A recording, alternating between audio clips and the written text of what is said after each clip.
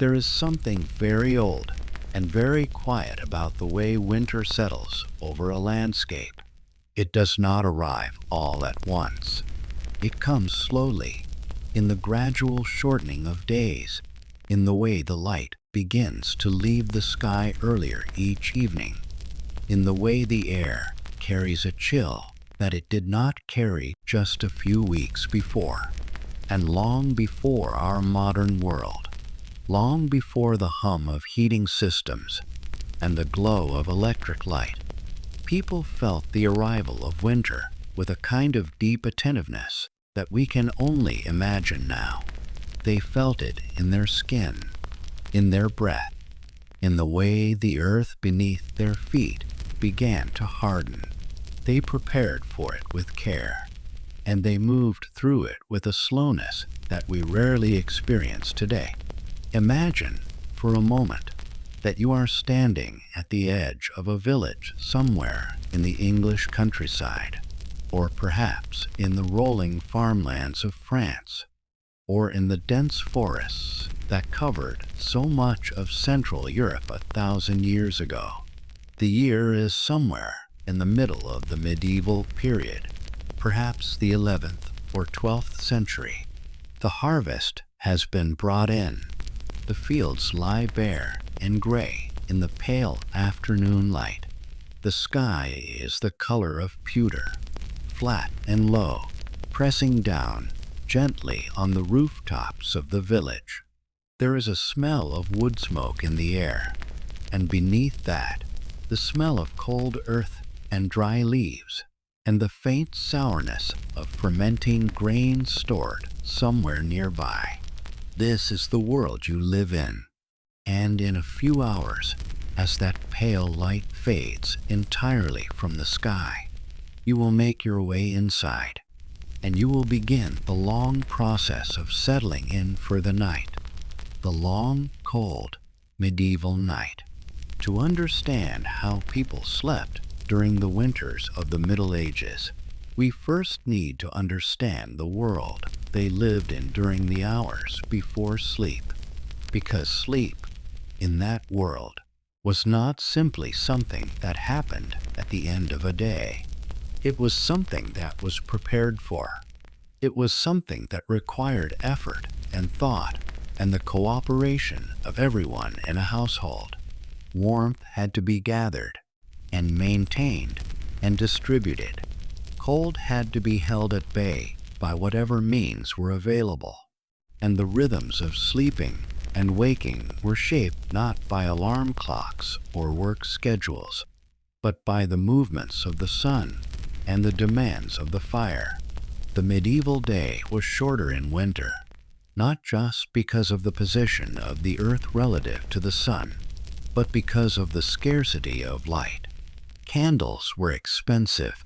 Tallow dips, those simple wicks dipped in animal fat, were cheaper, but they produced a weak and wavering light, and they smelled of the fat they were made from, a slightly animal, slightly sour smell that would have been entirely familiar and unremarkable to anyone living in that time. Rushes soaked in fat could provide a little more light, but again, the light they gave was soft and limited. And so, as the winter sky darkened, the day effectively came to an end for most people. The work that could be done outdoors had to stop. The work that required good vision had to stop. And the household, whatever its size, would begin to contract inward, drawing itself toward whatever source of heat it had. For most people in the medieval period, that source of heat was fire. Just fire, the warmth of a burning piece of wood, or peat, or dried dung in some parts of the world. There was no other source of warmth available to ordinary people. And so the relationship between people and fire during the winter months was one of the most fundamental relationships in their lives. The fire was not simply a comfort. It was not simply pleasant. it was necessary. Without it, the cold could kill. And everyone in a medieval household understood this in a way that is difficult for us to fully appreciate today, when we can simply adjust a thermostat and think nothing more of it. In the simplest medieval homes, the homes of peasants, of agricultural laborers, of the poorest inhabitants of the countryside, there was often only a single room. The hearth was at the center of this room, or perhaps against one wall, and the fire burned in it through the day and into the evening. The smoke rose and filled the upper part of the room before finding its way out through a hole in the roof, or through gaps in the thatch, or through whatever opening had been left for that purpose. The walls were not insulated in any modern sense. They were made of timber and daub, or of stone, or of whatever materials had been available when the house was built. They kept out the wind, mostly, but they did not hold heat in the way that modern walls do. The cold seeped in through every crack and gap, and yet, inside even the most modest of these homes, on the coldest of winter nights, there was warmth. Not the uniform, reliable warmth of a heated modern room, but the warmth of a living fire, radiating outward in a cone of heat, warming the air closest to it, warming the faces and hands of those who sat near it, while the far corners of the room remained cold and dark. This kind of warmth was uneven and changeable, and it required attention. Someone had to feed the fire. Someone had to make sure it did not go out. And this responsibility, in its own small way, shaped the rhythms of sleep. The evening in a medieval peasant household was a quiet affair. After the last of the day's tasks had been completed, the animals checked on, the doors secured, the water brought in, the family would gather near the fire. They might eat their evening meal there, sitting or crouching close to the warmth. The meal itself, in winter, would be something that had been cooked slowly over the fire during the day. A pottage, perhaps.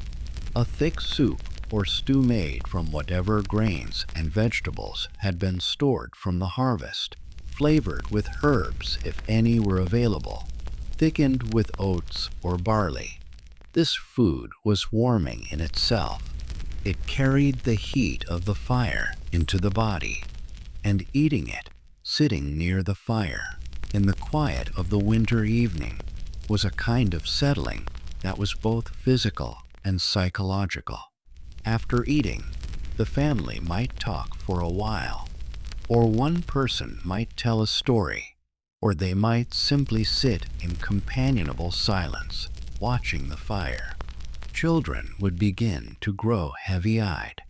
The day's work, which had been long and physical, would make itself felt in the body as a kind of softening, a giving way. And gradually, one by one, the members of the household would begin to prepare for sleep. This preparation had its own gentle rhythm. The fire would be banked. That is, the embers would be gathered and covered with ash, or with a clay pot called a curfew, which comes from the old French words, meaning to cover the fire. This was not done to extinguish the fire, but to preserve it, to keep it alive through the night, so that it could be coaxed back to life in the morning without the difficult work of starting a new fire from scratch. The banking of the fire was a skill, a quiet domestic skill that was practiced every night of every winter by households across medieval Europe. It was part of the rhythm of the day, as reliable and as calming as any other part.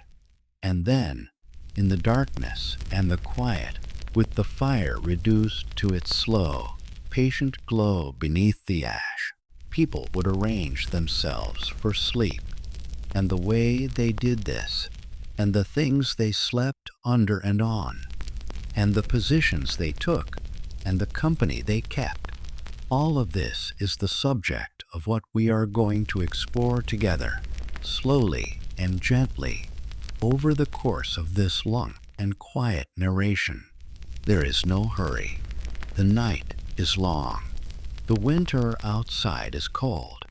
But here, inside these words, there is a warmth that comes from attending to the past, from sitting with it quietly and letting it speak. Let the weight of the day settle from your shoulders.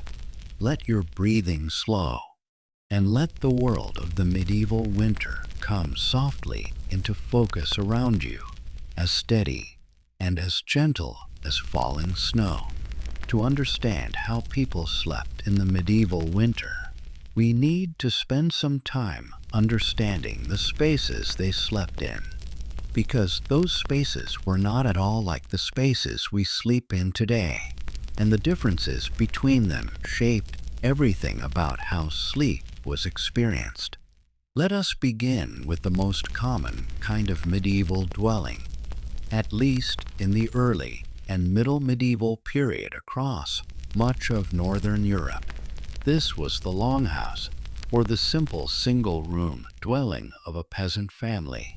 If you can imagine it, and please, let yourself settle back and simply imagine, without effort, without strain. It was a rectangular structure, perhaps 30 or 40 feet long and 15 or 20 feet wide, though it could be smaller or larger depending on the prosperity of the family who lived there.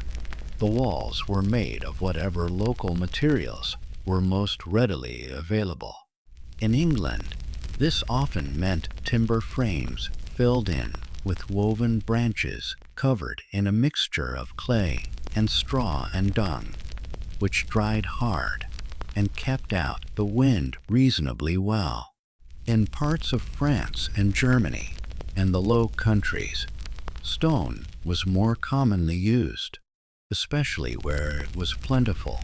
In Scandinavia, timber was the primary material, and the houses were often built with thick walls of interlocking logs that provided considerable insulation.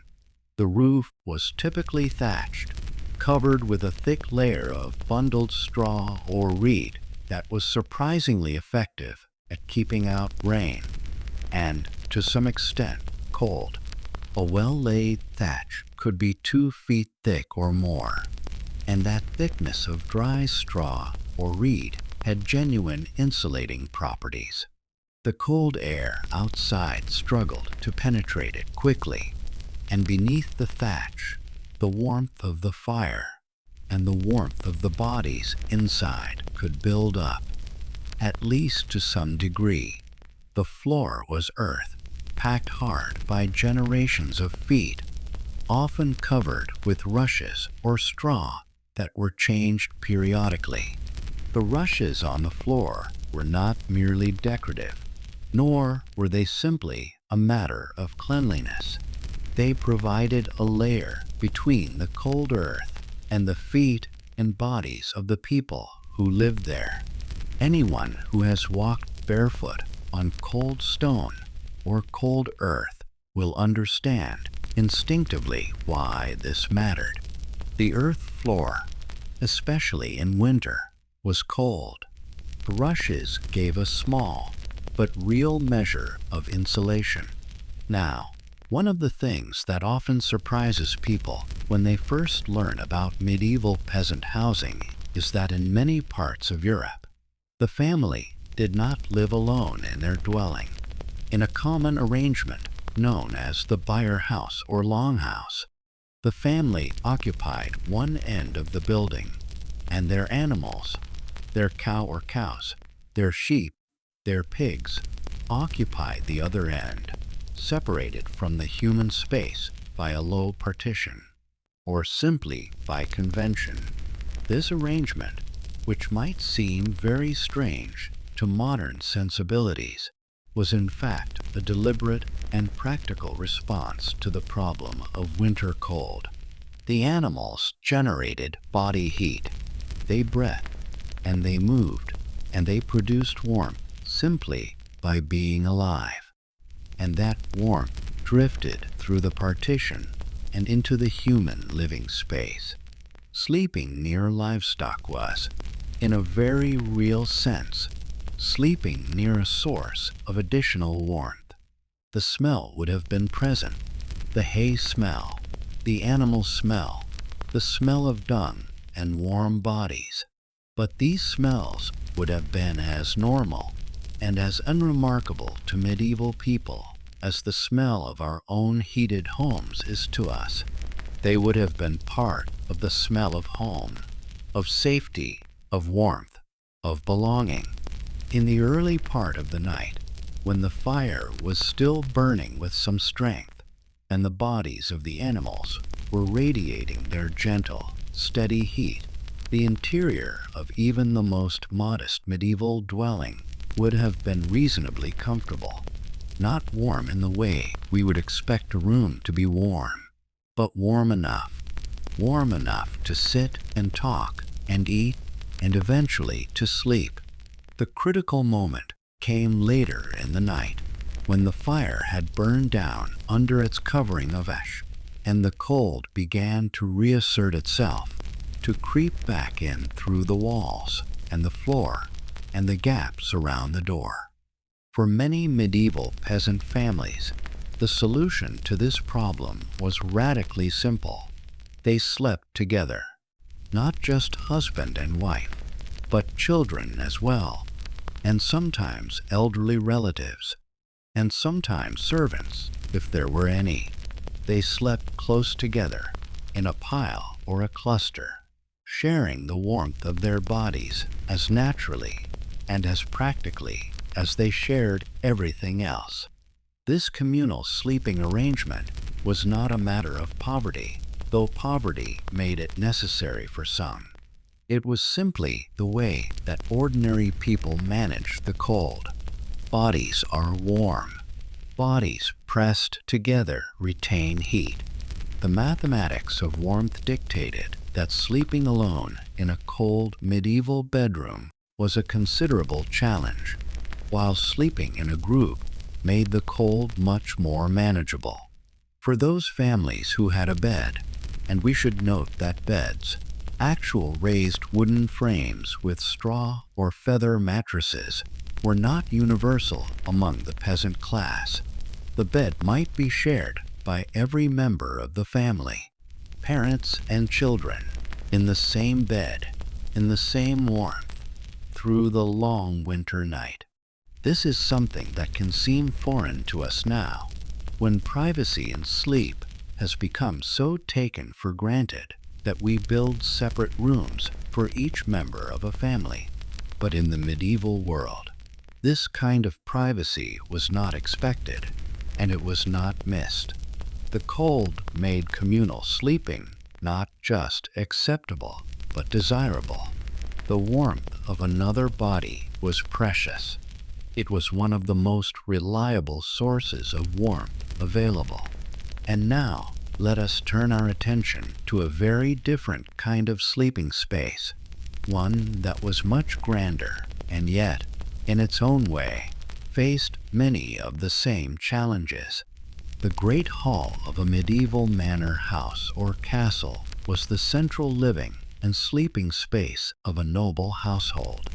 In the early and middle medieval period, the hall was exactly what its name suggests: a large, single-space room, open to the rafters, with a hearth in the center of the floor, and a hole or louver in the roof above to allow the smoke to escape. The hall was the place where the lord of the manor conducted his business during the day, where his household gathered for meals, and where, at night, much of that same household would sleep. The sleeping arrangements in a great hall were not, perhaps, what we might expect from a noble household. The lord himself and his family typically had a private chamber, called the solar, reached by a stair or ladder from the far end of the hall. This was their private sleeping space, and it was separated from the rest of the household. But the servants, the household retainers, the lower-ranking members of the Lord's establishment, all of these people slept in the hall itself.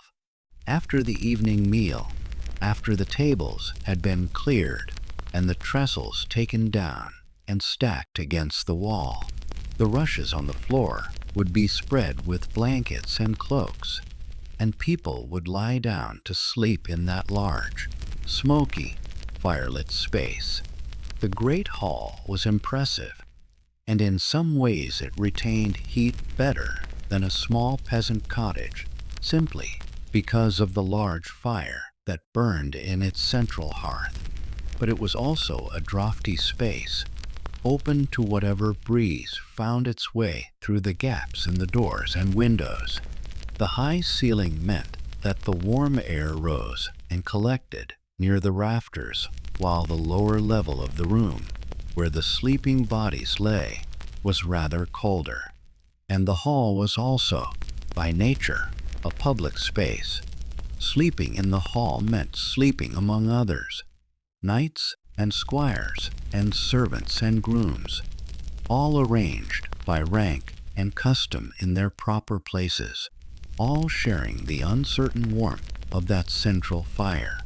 For those who slept in the hall, the cold of a winter night was managed through layers, layers of clothing, layers of blankets and cloaks, layers of whatever covering was available. We will discuss these layers in more detail in the next chapter.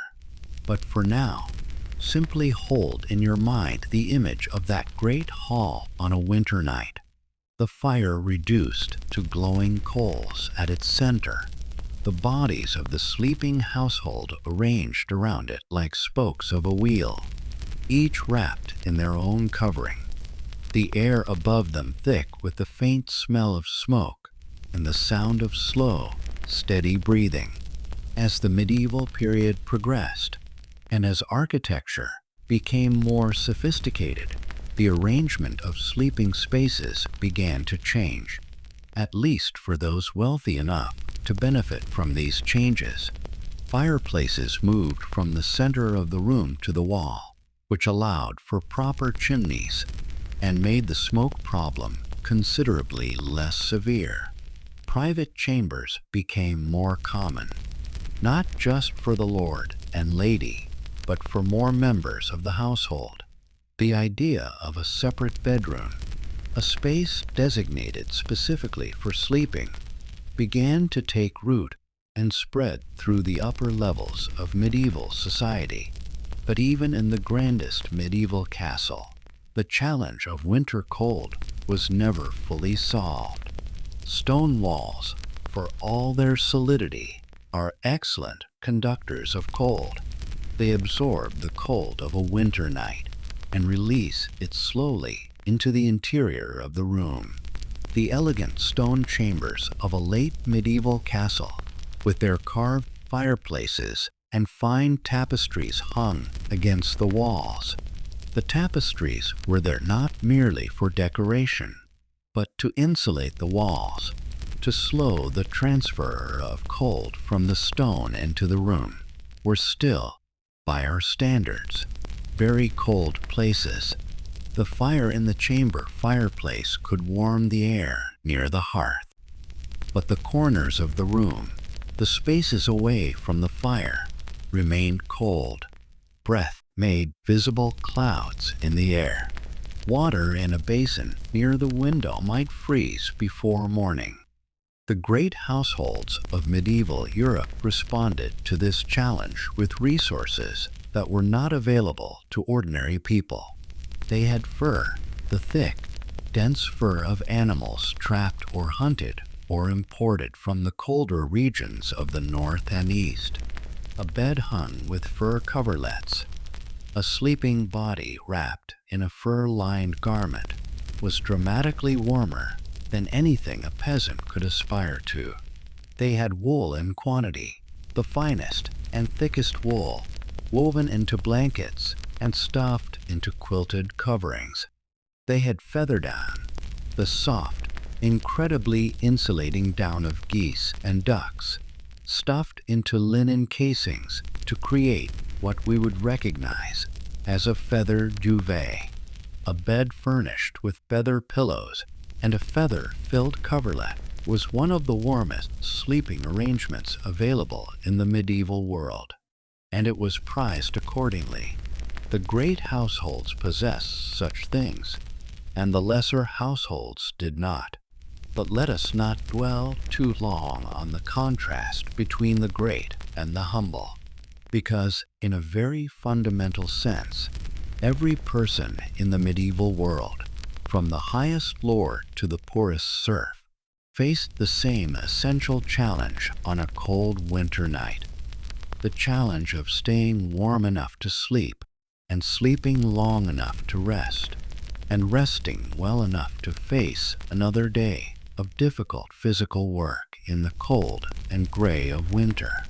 The solutions they found were different in their scale and their luxury, but they shared the same basic logic. Surround yourself with insulating materials, gather warmth from whatever sources are available, and draw the warmth close to your body, and keep it there through the long hours of the night.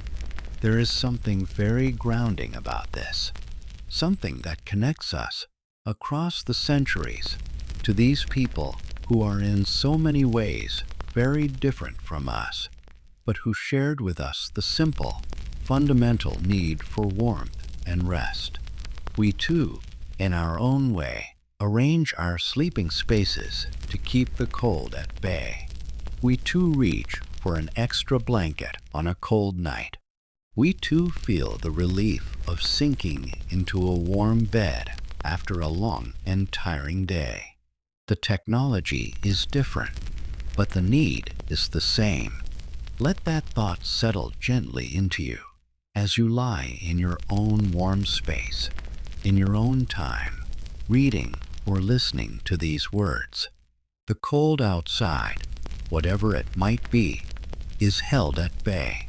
The warmth you are resting in is the result of a long history of human effort and ingenuity, stretching back through the centuries to those first medieval households who banked their fires at night and pulled their cloaks close and lay down together in the dark and closed their eyes and slept.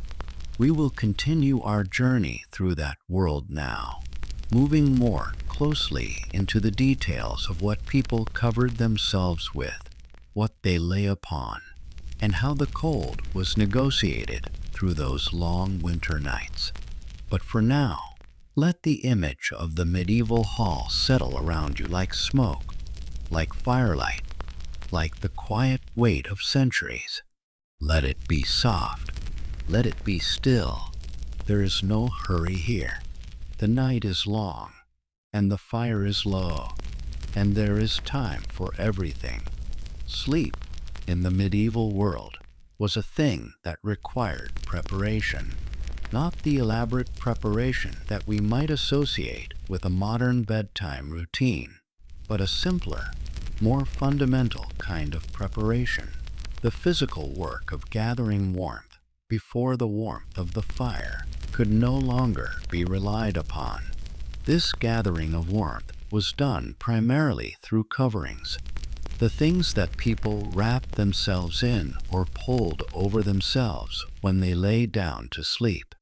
And these coverings tell us a great deal about medieval life, about the materials available, about the resources different groups of people could command, about the ingenuity with which ordinary people solved the problem of winter cold. Let us begin with the most fundamental covering of all, the one that was available to nearly everyone regardless of their station in life: clothing. Medieval people did not undress to sleep as a general rule, or at least not completely. In the cold months of winter, removing one's clothes before sleeping would have been, for most people, an act of considerable foolishness. The clothing on one's body was the first and most reliable layer of warmth, and it was kept on through the night. A peasant sleeping on a winter night would very likely sleep in the same rough woolen tunic or kirtle that he or she had worn throughout the day, perhaps adding an extra layer if one was available, perhaps wrapping a cloak around the body as an additional covering. Wool was the great material of the medieval world. It was everywhere, in varying degrees of quality, from the coarsest, scratchy wool of the lowest quality cloth to the finest, softest broadcloth woven in the great textile towns of Flanders and Italy. Wool has properties that make it particularly suited to the challenge of winter warmth. It is an insulator. It traps air within its fibers and holds it against the body as a layer of warmth. It is also, remarkably, resistant to dampness. Wool will retain its insulating properties even when it is somewhat damp, unlike many other materials that lose their warmth when wet.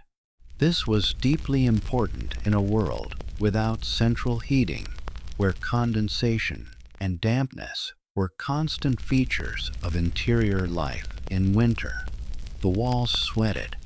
The air was heavy with moisture from breath, and from cooking, and from damp wood burning.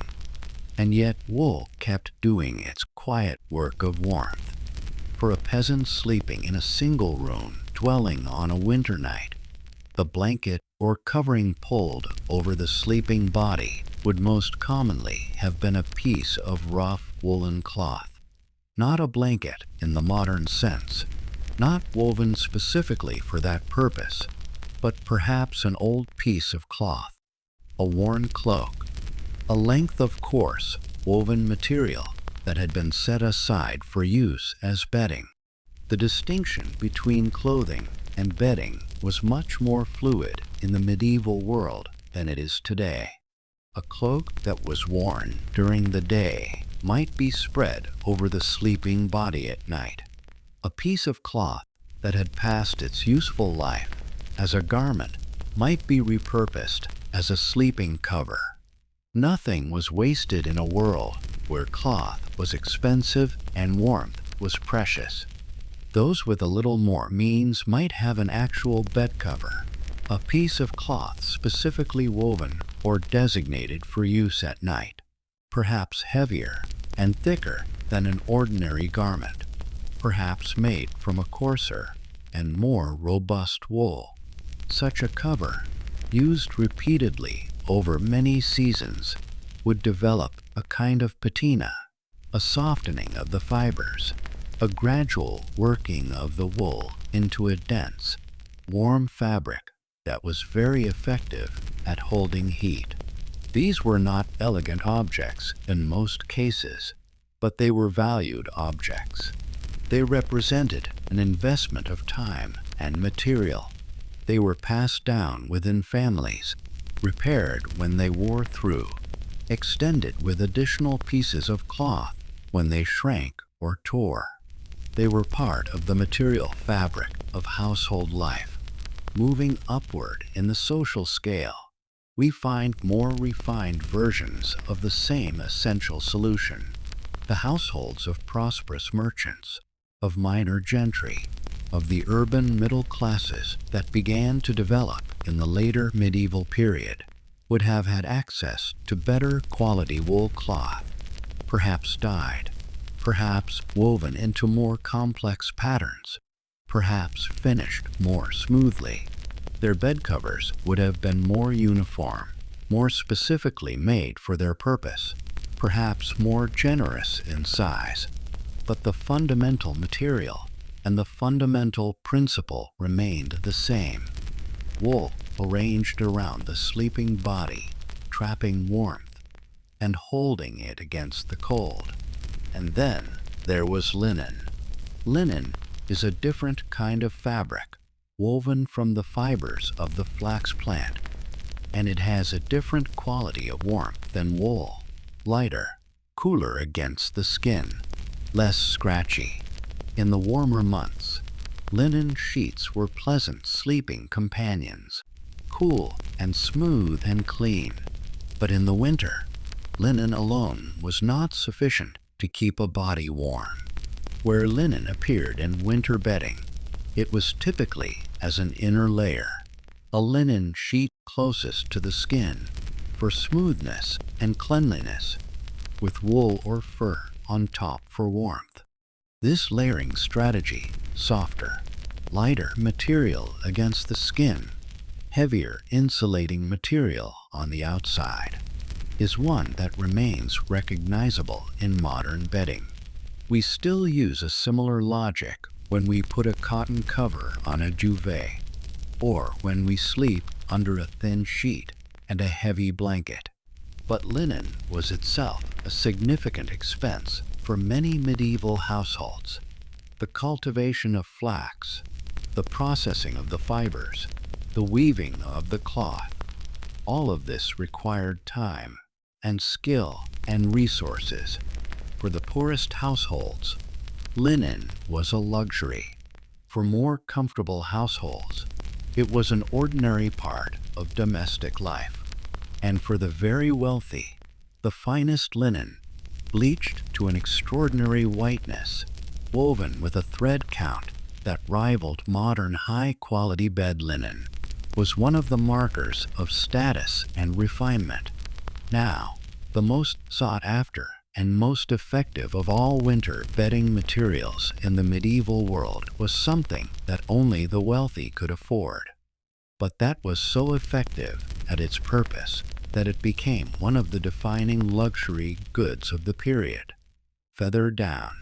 The down of geese and ducks, those small, soft, hair-like feathers that lie beneath the larger outer feathers and serve as the bird's own insulating layer against the cold, is one of the most efficient natural insulators known.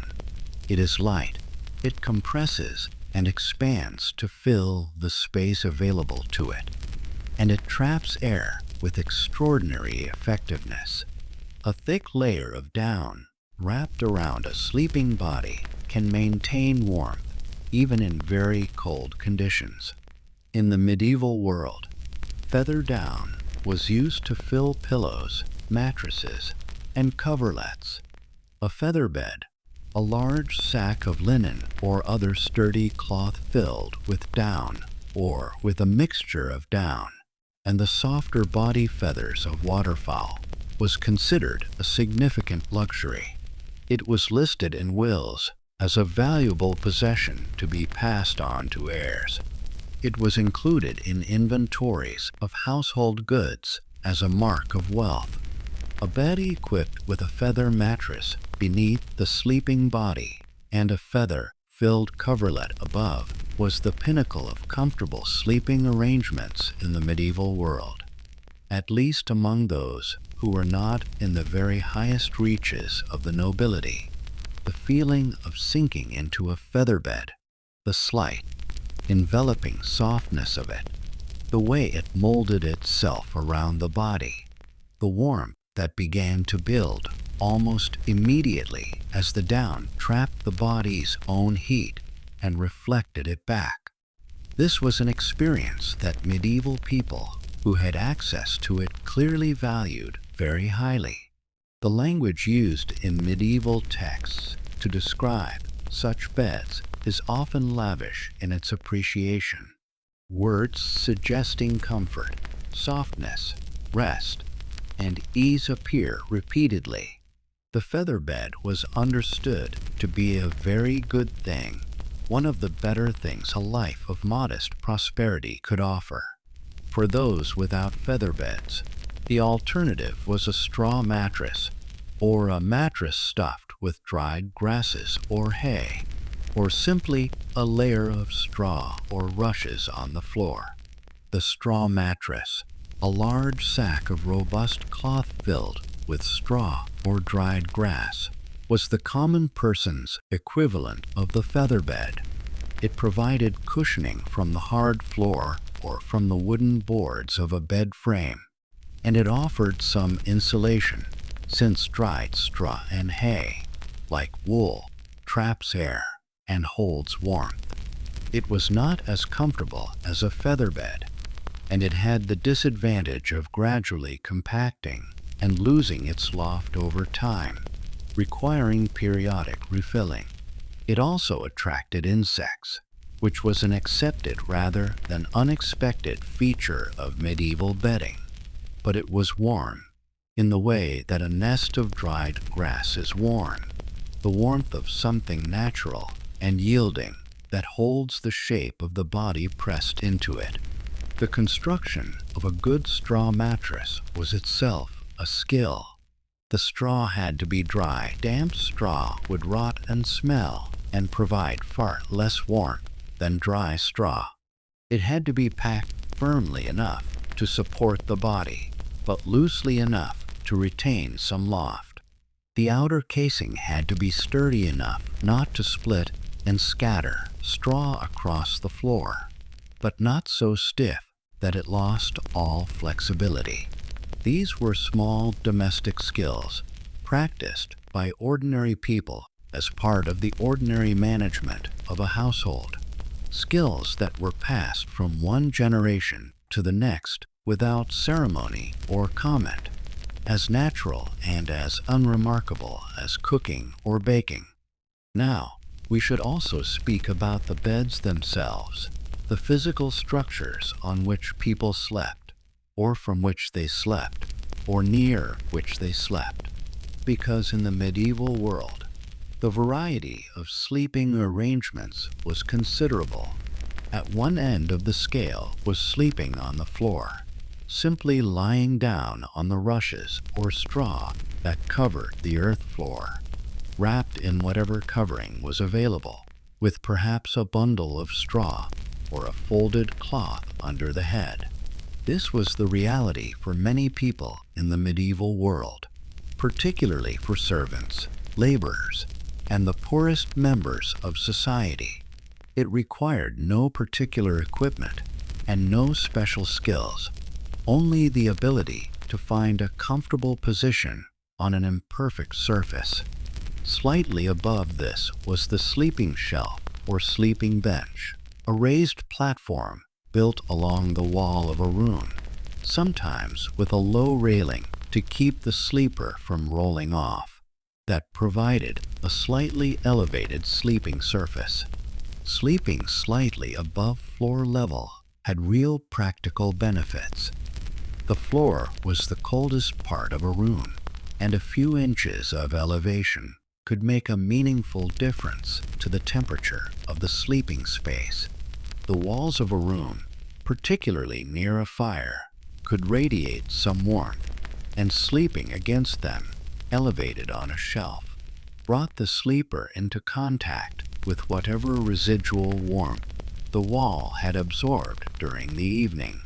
And then there were beds, actual, constructed beds with frames of wood, legs raising the sleeping surface off the floor, sometimes with posts at the corners and curtains or hangings around them. These were significant pieces of furniture, significant investments of wood and craft, and they were not universal. For a prosperous peasant family, having a real bed was a mark of modest prosperity, something to be noted in an inventory of household possessions. For a merchant family in a town, a good bed was an expected feature of a well-furnished household. For the nobility, beds became elaborate, extraordinary objects, great carved wooden structures hung with rich fabrics, draped with curtains that could be drawn closed around the sleeping occupants, creating a small, warm, private space within the larger room. These curtained beds, the great beds of the medieval nobility and wealthy classes, deserve a moment of attention because they represent a genuinely clever solution to the problem of sleeping warm. The curtains that hung around a grand medieval bed were not merely decorative. They were functional. When drawn closed, they created an unclosed space around the sleeping body, a small tent of fabric that trapped the warmth generated by the sleeping body inside, insulating it from the colder air of the room beyond. Sleeping inside a curtained bed, even in a stone chamber with an inadequate fire, was considerably warmer than sleeping in an open bed in the same room.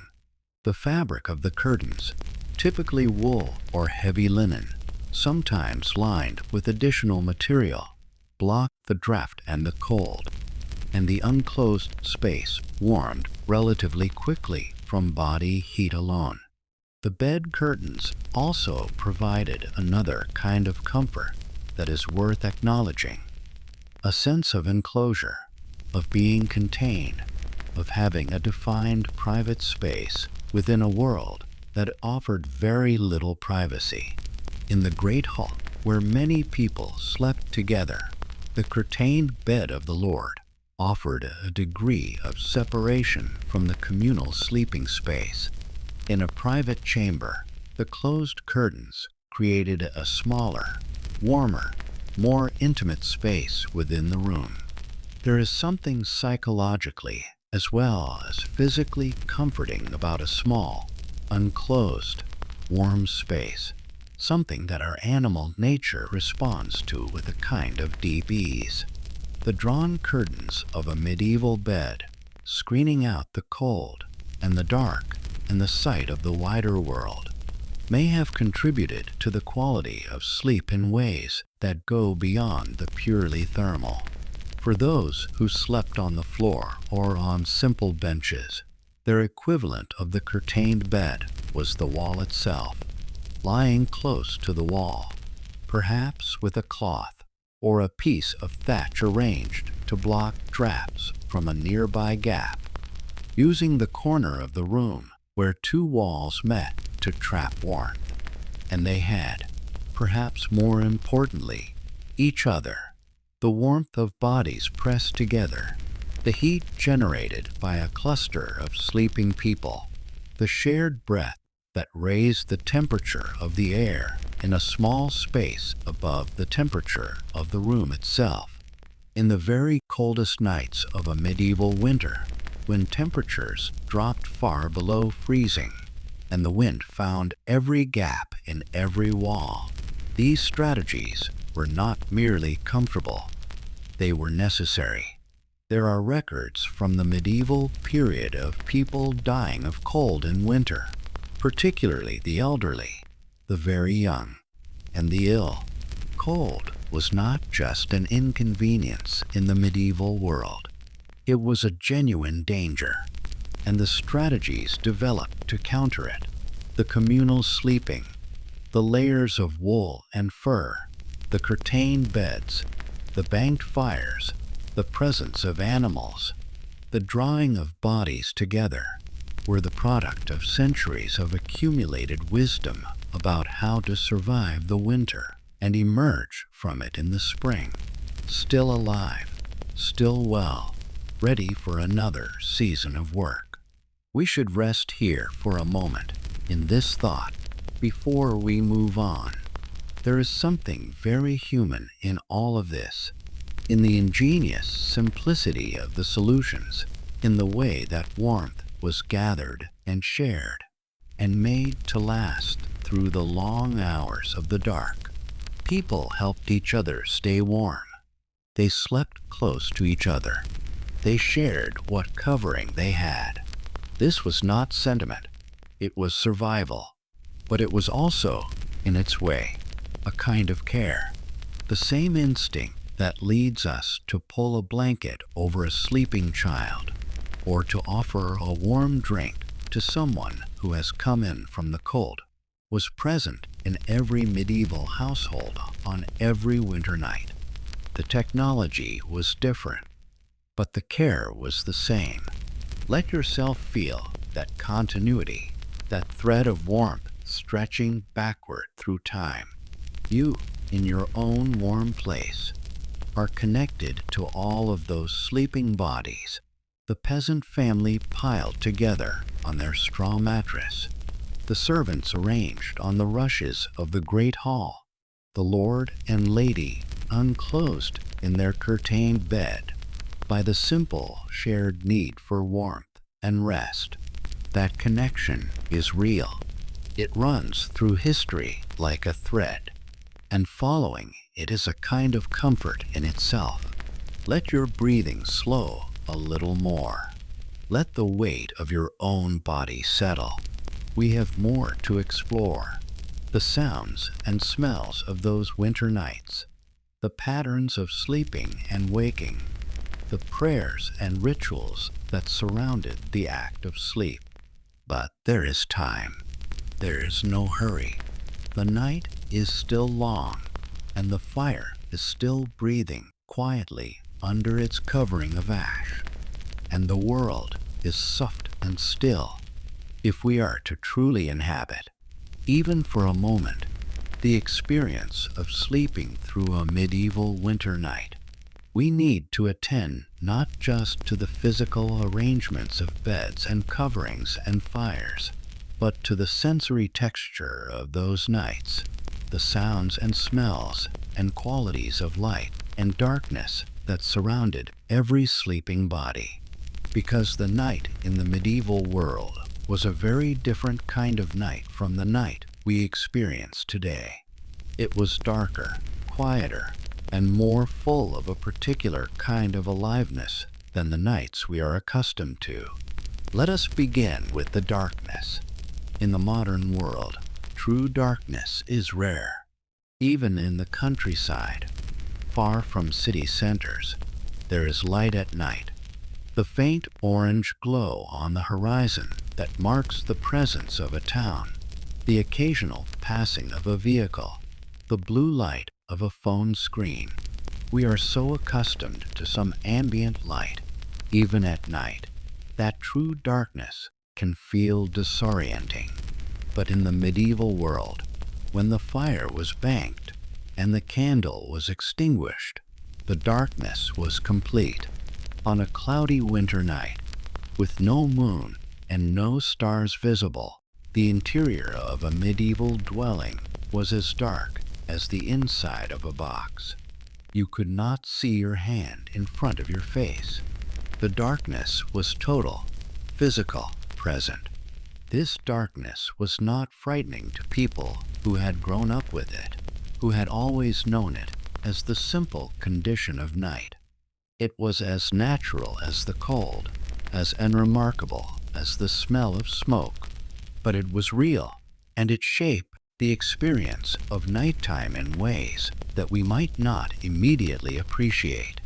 In the dark, the other senses became more prominent. The sounds of the night were more noticeable in the absence of visual distraction. The smell of the room was more present.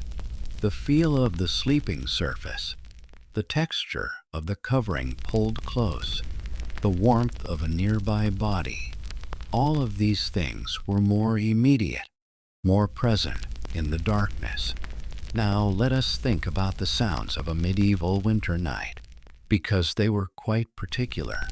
The most immediate sounds in a simple peasant dwelling would have been the sounds of the people and animals sharing the space, the slow, regular breathing of sleeping family members, the occasional shift and rustle of someone adjusting their position, the sound of the animals in their part of the building, the soft movement of a cow, the occasional snuffling of a pig, the low sound of sheep.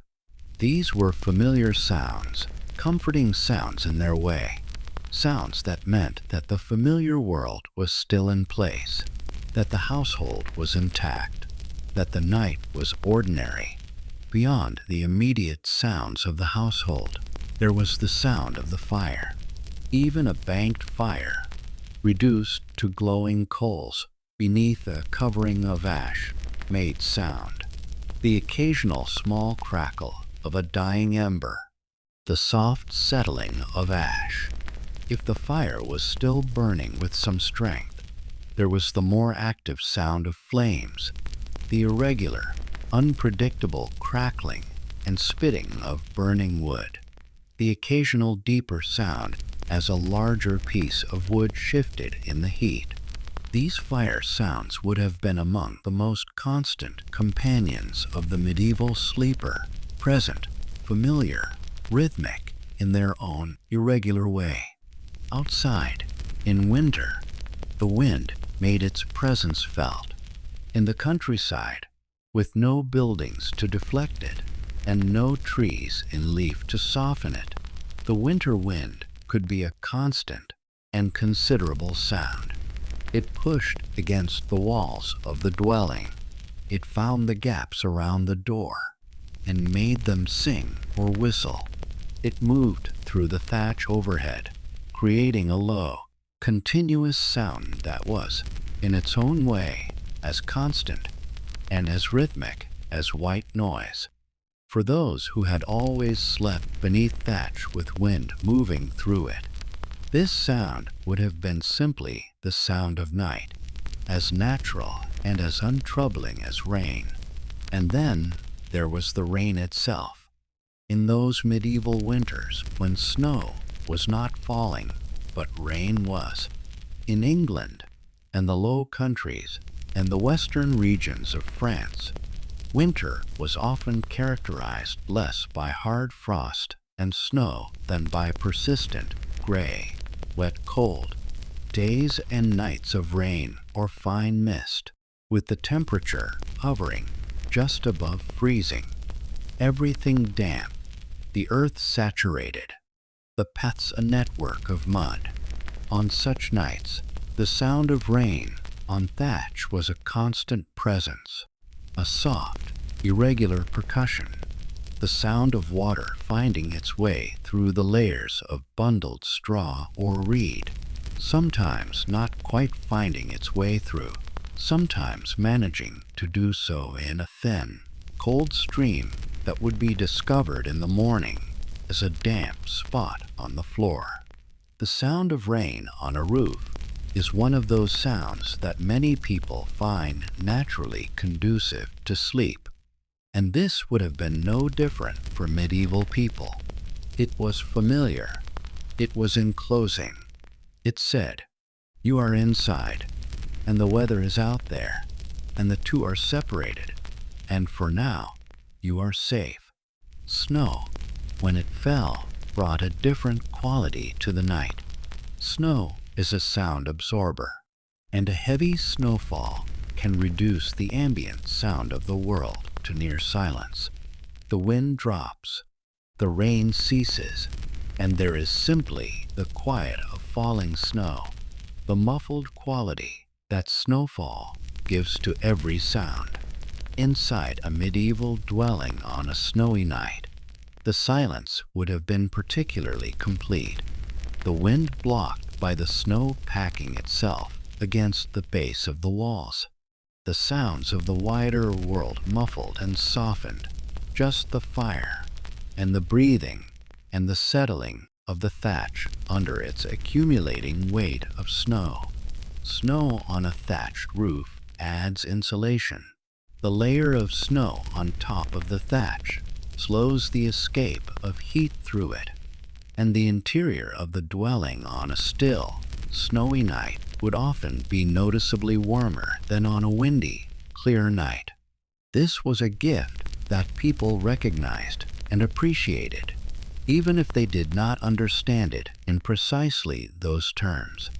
The smell of a medieval sleeping space at night was something quite particular, and it is worth dwelling on, because smell is one of the most evocative of the senses, the one most deeply linked to memory and to the unconscious experience of a place. The smell of that space would have been composed of many things, layered upon each other like the strata of a geological deposit. There would have been the smell of smoke, always the smoke of a peat or wood fire, which impregnates everything it is near over time. The walls, the fabric of the coverings, the clothing, the hair of the people inside.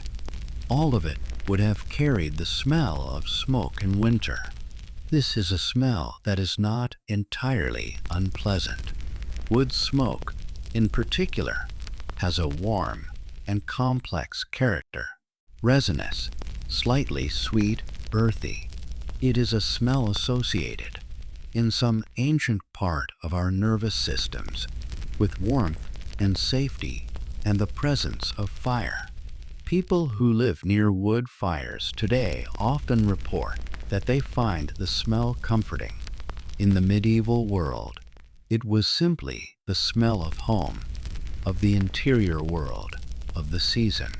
Beneath the smoke was the smell of the rushes or straw on the floor, dry and slightly grassy when fresh, becoming more complex and earthier over time as they accumulated the traces of everything that happened in the room. And the smell of the animals, if they were nearby, the warm, slightly sweet smell of cattle, the more pungent smell of pigs, the lanolin smell of sheep, all of it softened by proximity and familiarity into something that, to those accustomed to it, simply meant home and warmth. There was also the smell of the people themselves. Medieval people did wash, more than is sometimes imagined. There is considerable evidence that regular washing was practiced at various social levels, and that cleanliness was valued. But the conditions for bathing in winter were difficult. Water had to be heated over a fire. The cold air of an unheated room made undressing for a bath a considerable ordeal. And so in winter, the intervals between proper bathing were longer than at other times of year.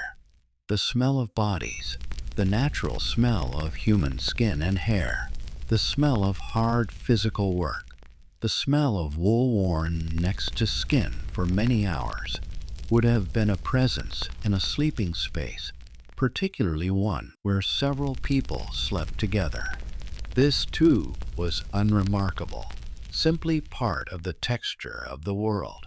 Just as we do not notice the particular smell of our own homes until we have been away from them for a time, medieval people would not have been particularly conscious of the smell of their sleeping space. It was the smell of their life. It was familiar. In its familiarity, it was perhaps part of the comfort of those sleeping spaces, a sensory marker of safety and belonging. Light at night in the medieval world was very limited, but it was not always entirely absent.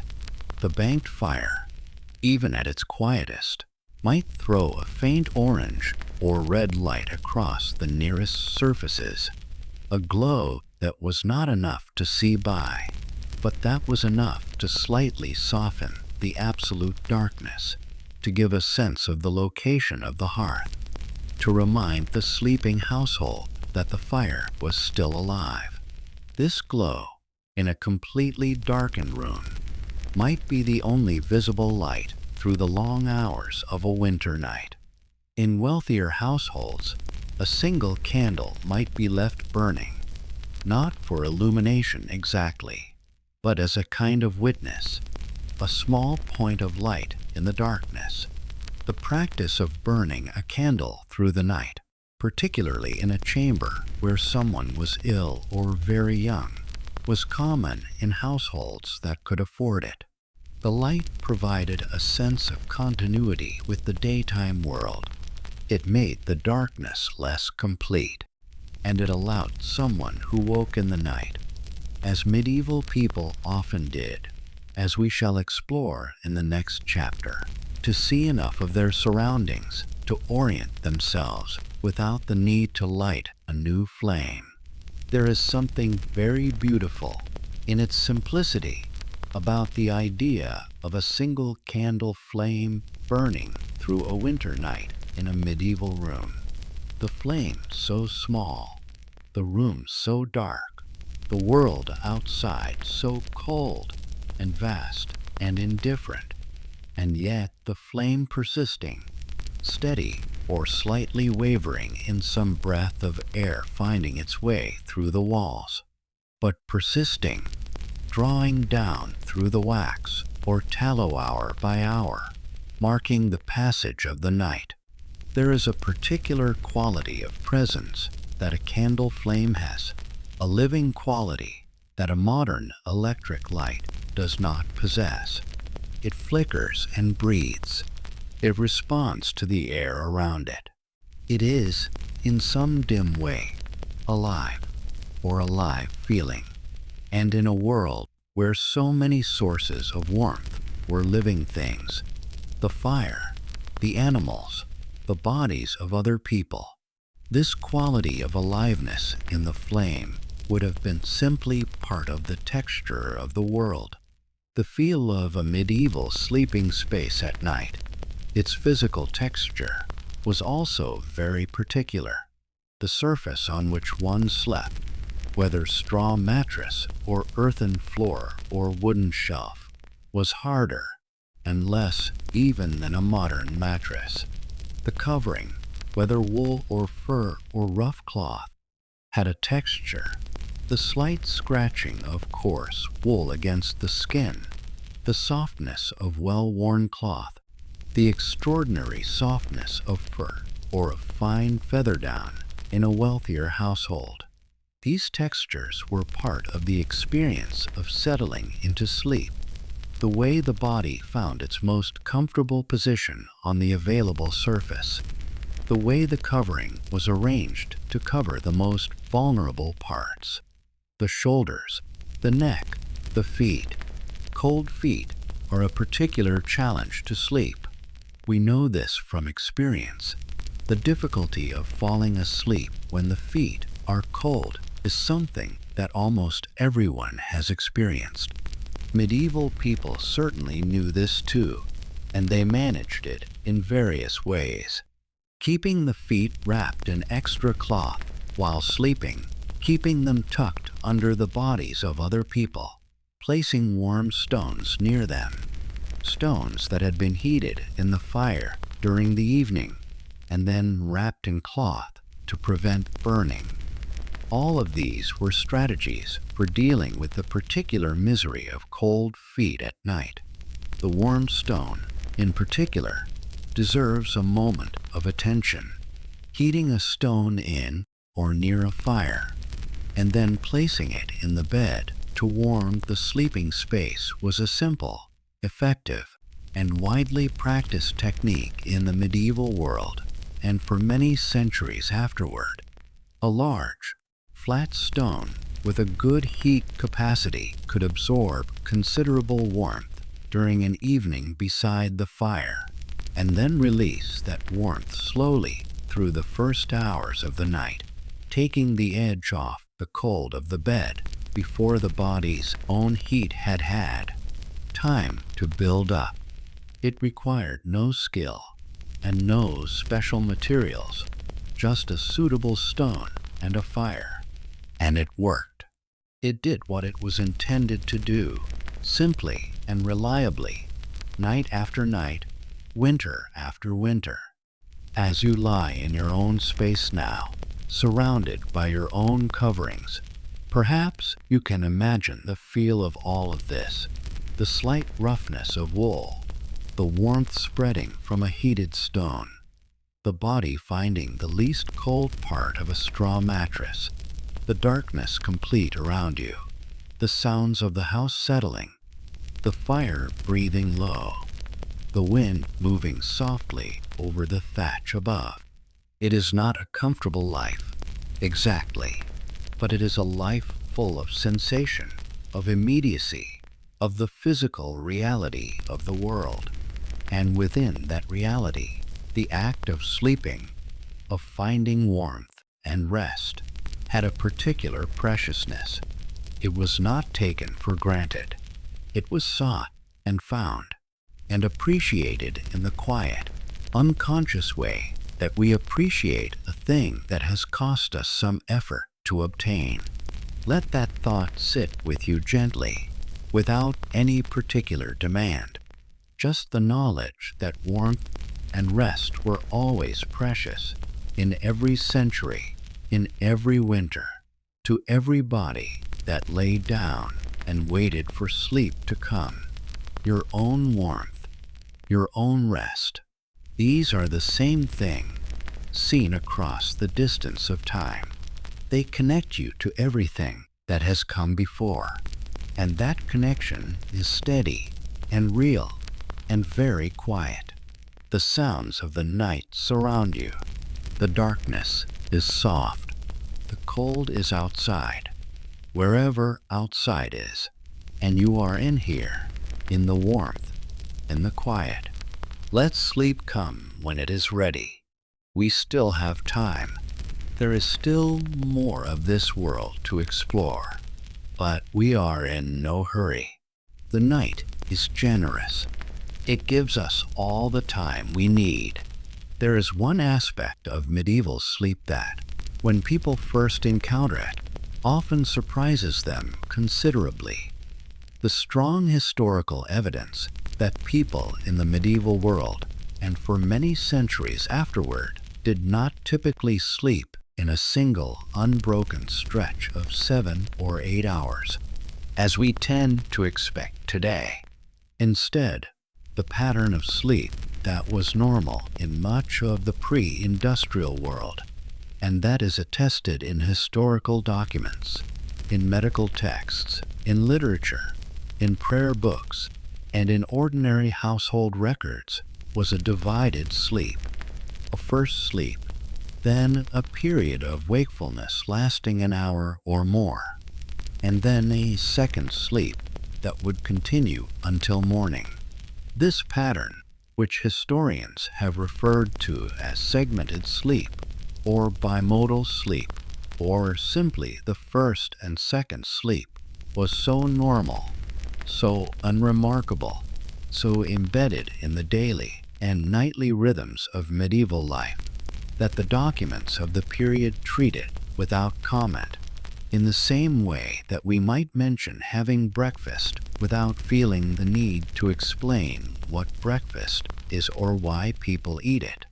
Writers refer to the first sleep and the second sleep as ordinary things. Medical texts describe the interval between them as a natural and appropriate time for certain activities. Parish priests advise their congregations on how to use the quiet middle hours of the night. Poets set scenes in that liminal space between the two sleeps, describing it as a time of particular reflection and clarity. What did people do during the interval between their first and second sleep? The answer from the historical sources is that they did many different things depending on their circumstances, their inclinations, and the season. In summer, the interval might be spent outdoors, in the mild night air. But in winter, when stepping outside was a very different proposition, the interval was typically spent in the warmth and shelter of the sleeping space. Some people simply lay quietly, awake in the dark, in a state of relaxed rest that was not quite sleep, but was not the active wakefulness of the daytime either. They thought, or rather they let thoughts move through them in the relaxed, half-directed way that the mind moves in those quiet nighttime hours. They let the mind wander without trying to direct it. This was considered, in medieval medical understanding, a healthy and natural thing to do. The idea that you should be asleep during those hours, that waking in the night was a problem to be solved or a symptom to be treated, was not part of the medieval understanding of sleep. Waking was expected. It was part of the rhythm. Others used the interval to pray. The medieval church organized time partly through the divine office, the series of prayers and psalms and readings that mark the canonical hours of the day and night. Matins, the night office, was traditionally said in the hours after midnight, and for devout lay people who were not monks or nuns, the waking interval between the first and second sleep was a natural time to say private prayers, to make the sign of the cross in the dark, to murmur a psalm from memory, to offer up the quiet of the night to God. The interval was, in this understanding, a gift, a space carved out of sleep itself for the purposes of prayer and reflection, given by the natural rhythm of the body and accepted as part of the design of human rest. Some people, particularly in households where there were tasks that benefited from quiet and from the uninterrupted focus that the night provided, used the waking interval for work, quiet work, indoor work, work that did not require good light or much noise.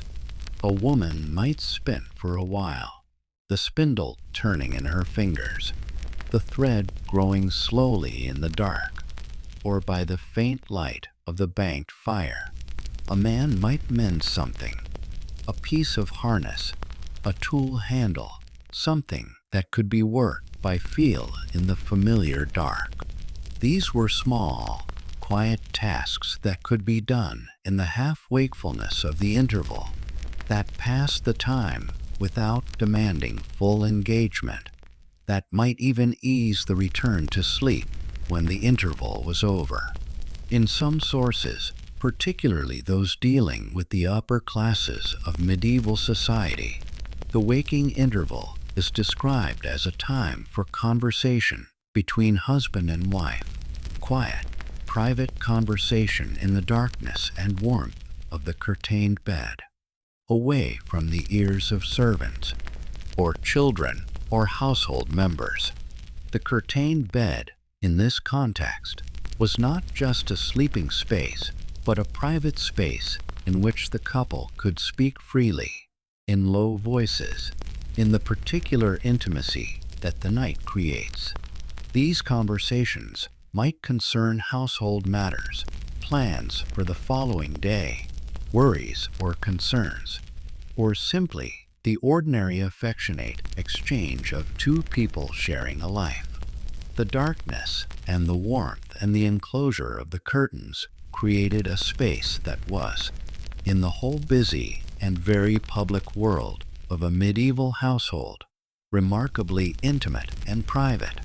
Children, when they woke in the interval, and they did, because children wake at night regardless of historical period, might be soothed back to sleep by a parent, or might simply lie quietly until sleep returned, or might creep closer to the warmth of a sibling or parent, redistributing themselves in the sleeping cluster without fully waking. The management of children's nighttime waking was as much a part of medieval parenting as it has always been in every culture, in every century. The return to sleep after the waking interval, the descent into the second sleep, was apparently easy for most people in the pre-industrial world. The interval was not experienced as insomnia, not as a failure to sleep, but as a natural pause, a resting place in the long arch of the night.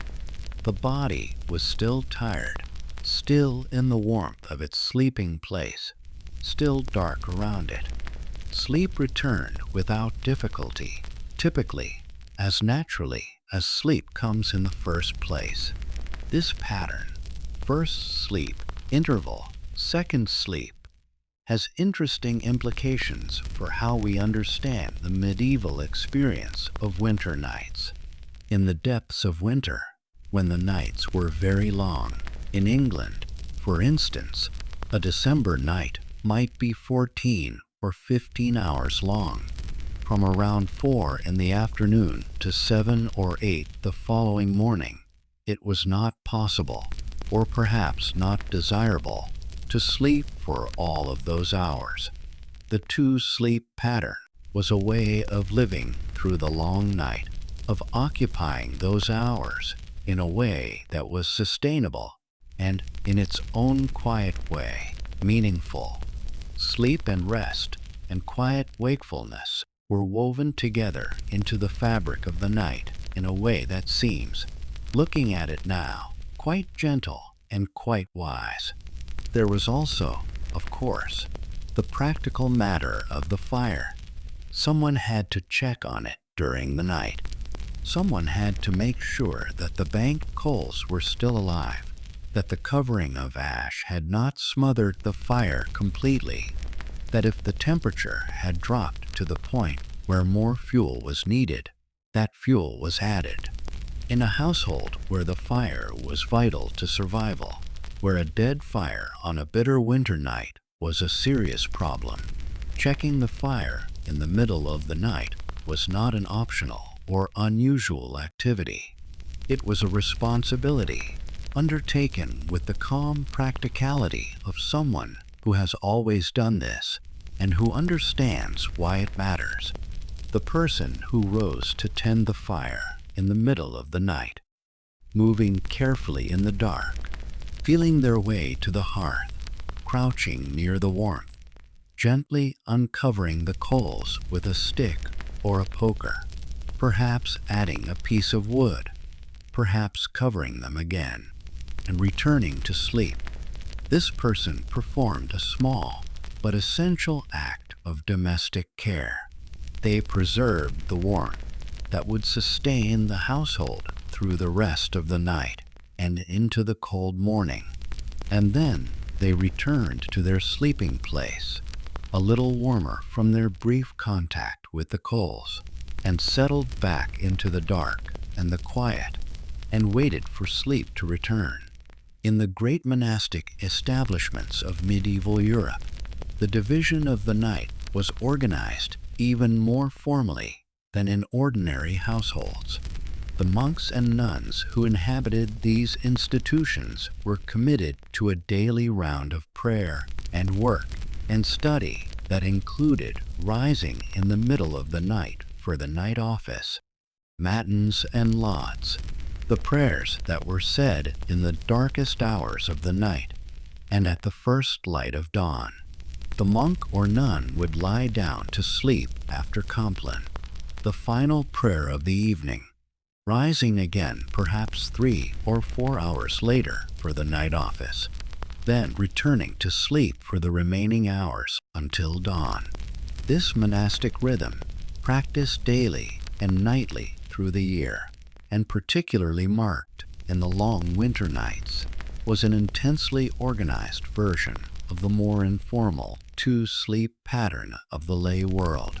And the experience of those winter nights in a medieval monastery, the cold stone floors, the breviary held close to a single candle in a cold choir, the voices rising and falling in chant, then the return in silence to the dormitory and the narrow beds, and the shared warmth of a community at rest.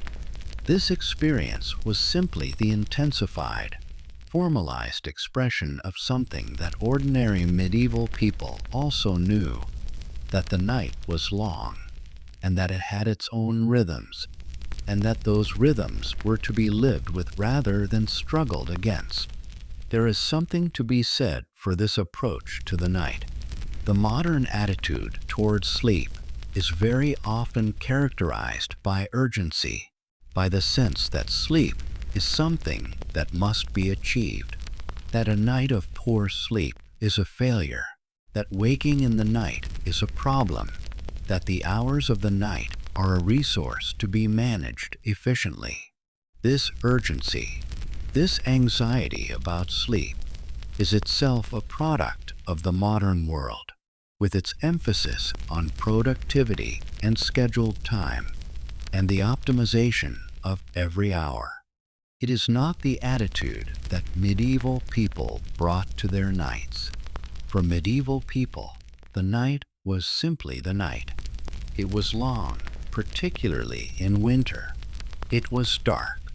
It was cold. And they moved through it with the patience of people who had always known it to be this way, who had no expectation that it would be otherwise, who did not lie awake worrying about whether they were sleeping enough or sleeping correctly. They slept, and they woke, and they lay quiet, and they prayed, and they slept again. They trusted the body to do what the body knows how to do, and in doing so, they perhaps slept rather better than the anxiety of modern life allows many of us to sleep. This is not a lesson, exactly. It is simply an observation, offered gently, without prescription. But there is something in it that may be useful, if useful is even the right word. The night is patient. The dark is gentle. The cold, when it is held at bay, becomes simply the background against which warmth is appreciated. And the body, when it is not fought against or demanded of, will find its own way through the long hours, through the first sleep, and the waking, and the second sleep, and will bring you, in time, to the morning. Let your own body do its work now. Let the rhythm of your breathing slow. Let the thoughts that move through you move without urgency, without needing to go anywhere in particular. You are in your warm place. The night is doing what nights do. There is nothing required of you at this moment except to be here, in the warmth, in the quiet, letting time move at its own pace through the darkness. We have one more chapter ahead of us, and it is perhaps the most quiet of all, a chapter about the morning, and about the rituals and prayers that surrounded sleep, and about the way that people understood the night as a spiritual as well as a physical experience. But we will come to it in our own time, gently, without hurry. For now, let the warmth and the quiet of this moment be enough. Sleep in the medieval world was not understood in purely physical or practical terms. It was not simply a matter of finding a warm place and lying down and waiting for consciousness to subside. It was embedded in a larger framework of meaning, a spiritual and religious understanding of the night and its purposes that gave shape and significance to the hours of darkness in ways that are quite different from how we tend to think about sleep today. In the Christian world of medieval Europe, the night was understood as a time of both danger and holiness. Danger, because the dark was associated with the forces of evil, with demons, and with temptation, with the vulnerability of the sleeping body and the wandering of the dreaming mind. But also holiness, because the dark was also understood as a time of closeness to God, a time when the noise and distraction of the day fell away, and the soul was left in a more immediate relationship with the divine. These two understandings were not contradictory. They existed together in the complex, layered way that religious understanding often contains apparently opposite truths. The evening rituals that preceded sleep were, for most medieval people, explicitly religious in character. The day ended with prayer, the Church's canonical hour of Compline. The final prayer of the day was the formal marker of the end of the active day and the beginning of the night. And while most lay people did not say the full liturgical office of Compline, they had their own version of these evening prayers, simpler and more personal, that served the same function. Imagine, if you will, a medieval family in their simple dwelling, the fire banked, the darkness settled around them, the cold of the night pressing gently against the walls. Before they lie down to sleep, they pause. Perhaps they kneel on the rushes near the hearth, where the last warmth of the fire still radiates. They make the sign of the cross. They say the Pater Noster, the Our Father, in Latin, or in their own language. They say the Ave Maria. They say whatever prayers are particular to their household, whatever words have been passed down to them by their parents and by the priests of their parish church. They commend themselves to God and to the Virgin Mary and to the saints whose protection they particularly seek for the hours of the night. This commendation to God's protection was not a formality. It was taken with genuine seriousness in a world where the night held real dangers, not only the spiritual dangers that the Church described, but the very practical dangers of cold and fire and illness and accident. To ask for God's protection before lying down in the dark was to acknowledge the vulnerability of the sleeping state, to acknowledge that the world was not entirely under human control, to place oneself in the care of a power that was understood to be watchful and benevolent. There were also specific prayers and blessings for the bed itself. In some traditions, the bed was blessed before sleeping, a prayer said over the place where the body would rest.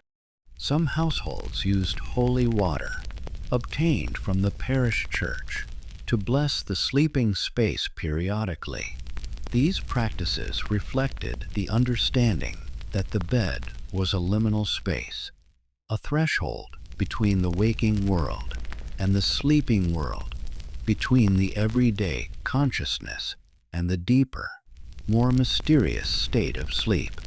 And threshold spaces in the religious imagination of the Middle Ages required ritual attention. The medieval church also provided a rich tradition of understanding regarding dreams.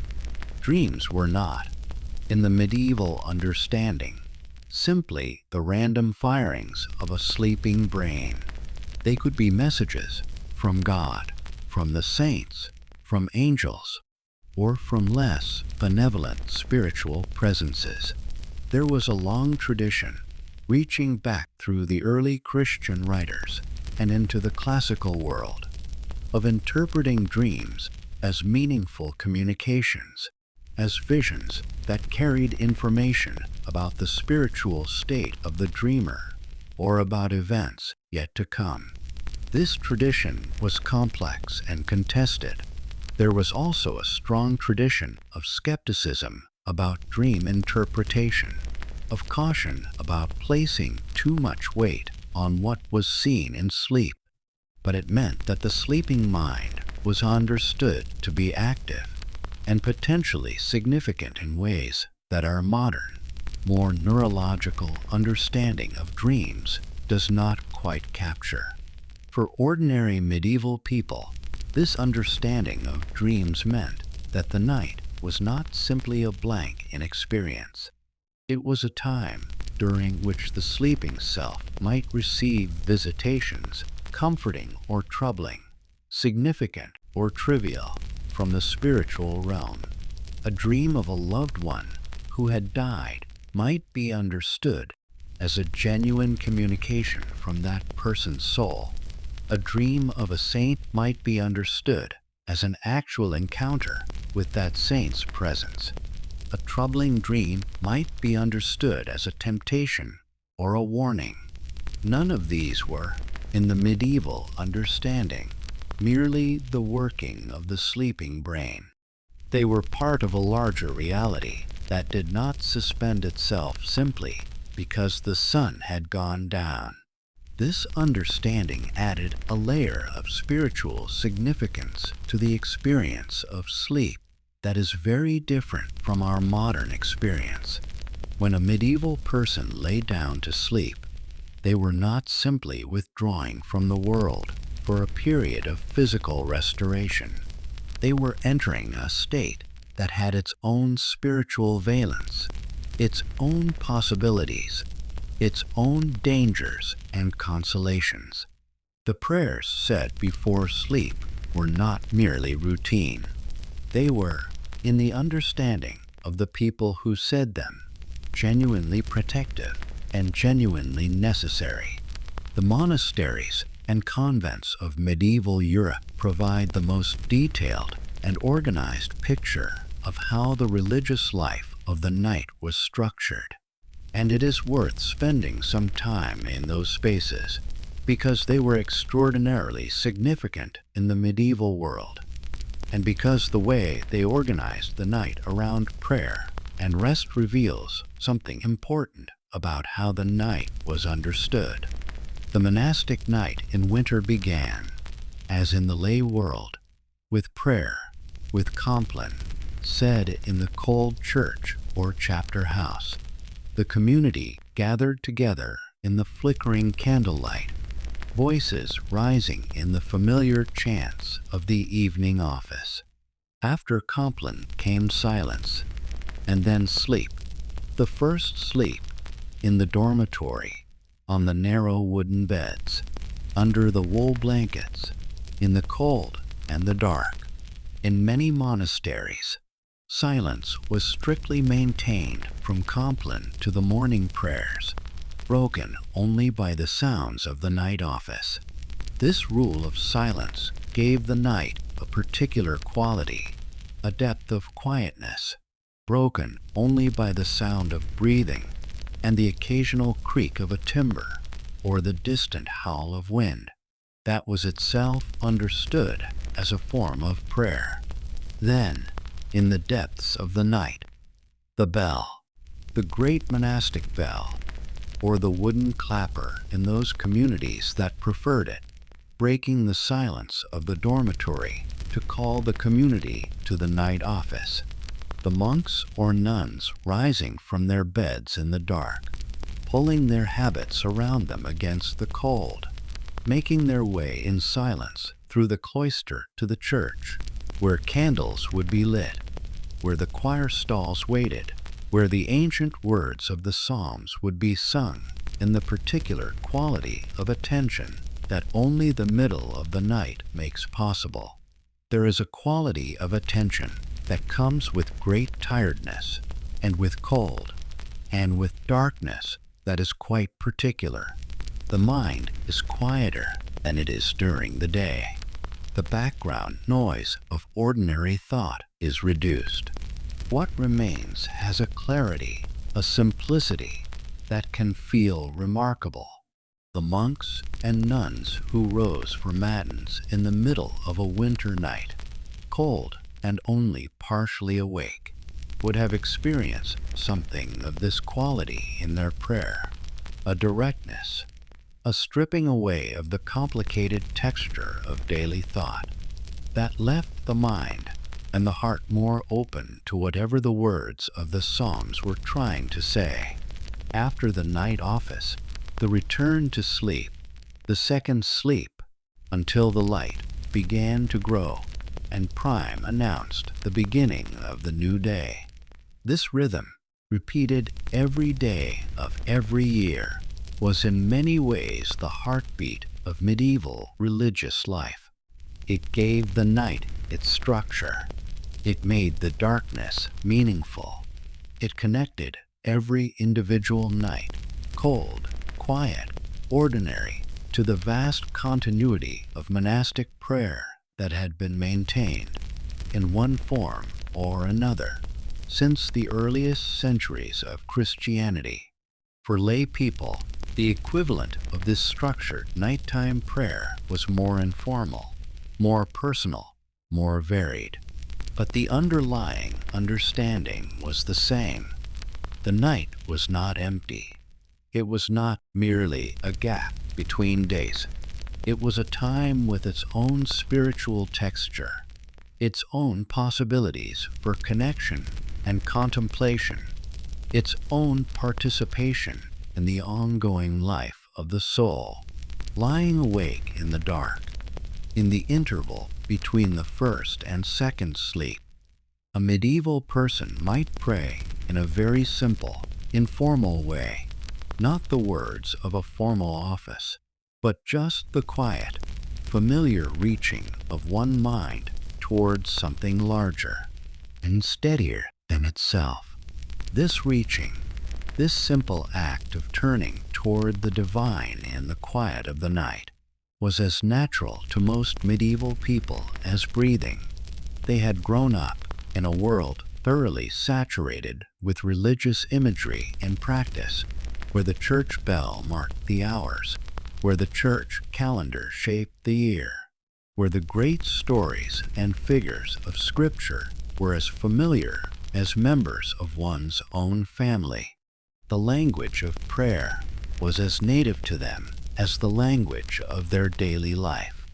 And in the dark of a winter night, cold under their covers, the fire breathing low in the corner of the room, they used that language easily and naturally, without effort or self-consciousness, as a way of not being alone in the dark. We should also speak, in this final chapter, about the particular quality that winter gave to these nighttime experiences. Winter, in the medieval world, was not a neutral season.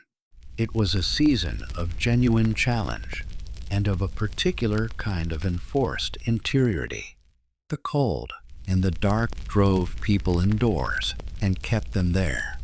The long nights extended the hours of enforced stillness.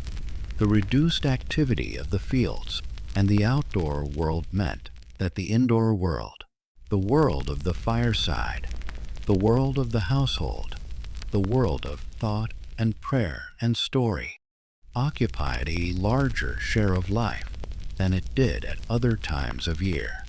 This enforced interiority had, for many people, a quality of both hardship and gift.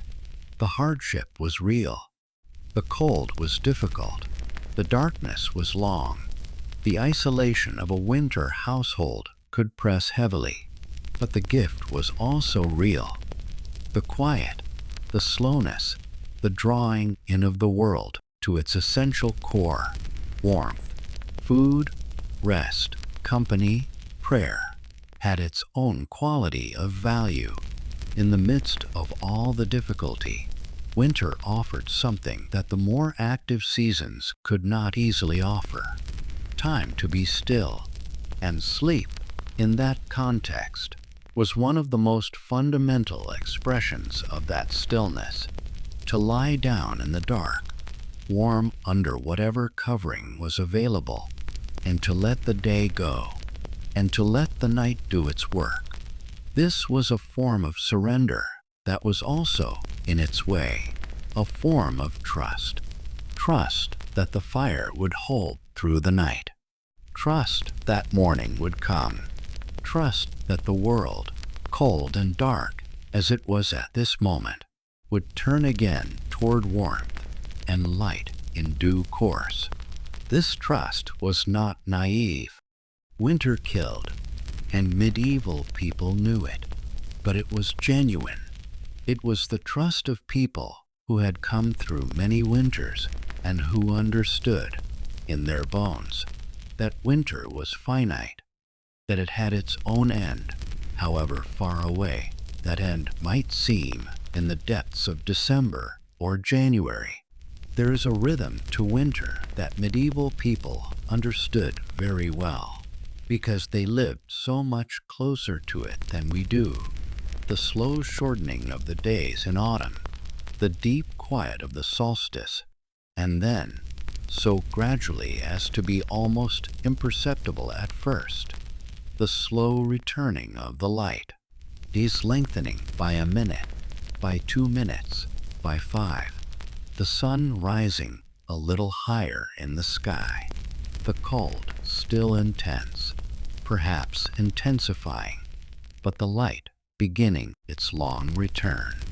This rhythm was charted by the Church through its calendar, Christmas and Epiphany and Candlemas, and the slow progression toward Lent and Easter, and it was felt in the body, in the increasing readiness for sleep in the dark evenings of winter.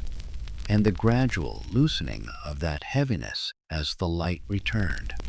To sleep through the long nights of a medieval winter was to participate in this rhythm in the most immediate way possible.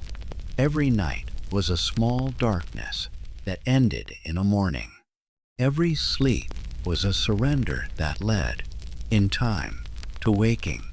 Every banked fire that was tended through the night and coaxed back to life in the morning was a small act of persistence, of faith, of the ordinary human insistence on carrying on.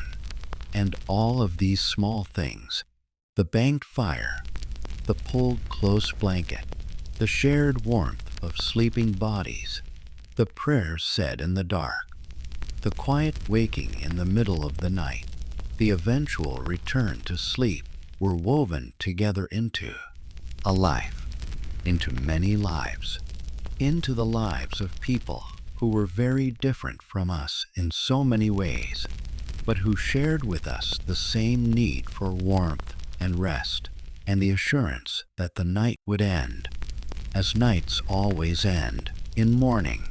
And so we come, very gently, to the end of our journey through the medieval winter night. We have moved through the cold countryside to the warmth of a simple dwelling. We have sat by fires, examined sleeping arrangements, considered the coverings and the sounds and the smells that surrounded sleeping bodies hundreds of years ago. We have moved through the long night with its two sleeps and its quiet waking interval. We have listened to prayers said in the dark. We have felt, if only in imagination, the particular quality of a winter night in a world without electric light or central heating, cold and dark, and full of a stillness that our modern world rarely offers. There is no great conclusion to draw from all of this. History does not always offer conclusions. What it offers is company, the company of people who have been here before, who have faced the cold and the dark and the long night, and who have found ways through.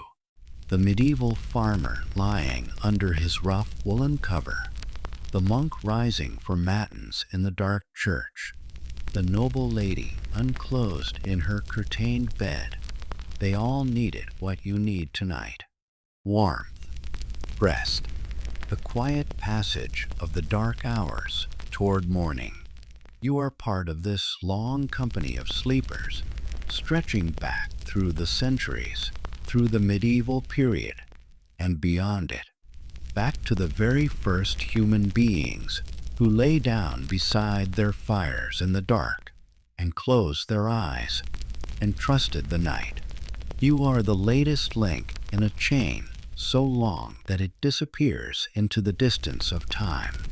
Each link a sleeping body, a trusting surrender, a small act of faith in the morning. The fire in our story is very low now. The coals beneath the ash are barely glowing, their light the faintest of oranges in the deep dark of the room. The household is asleep, deep in the second sleep now, all breathing slow and even, the bodies warm under their covers, the animals in their part of the building settled and still. The wind outside has dropped.